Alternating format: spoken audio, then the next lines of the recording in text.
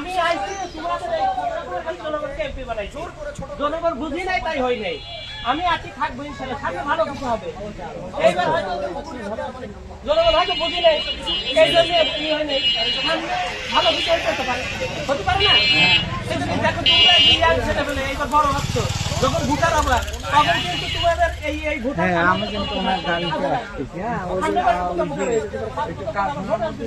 তখন অনেক ভালো কিছু হবে। আমরা তো আমাদের সাথে আছি, তাই না? আমি তোমাদের সাথে সর্বসময় থাকতে চাই, সর্বক্ষণ থাকতে চাই। আমি দিতে এসেছি, নিতে আসি নাই। আমি একটা জুট মিল করবো এই কুমারখালীতে, সেইখানে তোমাদের যারা যে যোগ্যতা কাজ করে, আবার এখান থেকে যে টাকা আমি সব দান করে দেবো। মোটামুটি ধরেন এখন আমরা যে বাকি একটু দাঁড়াইছি, কি বললো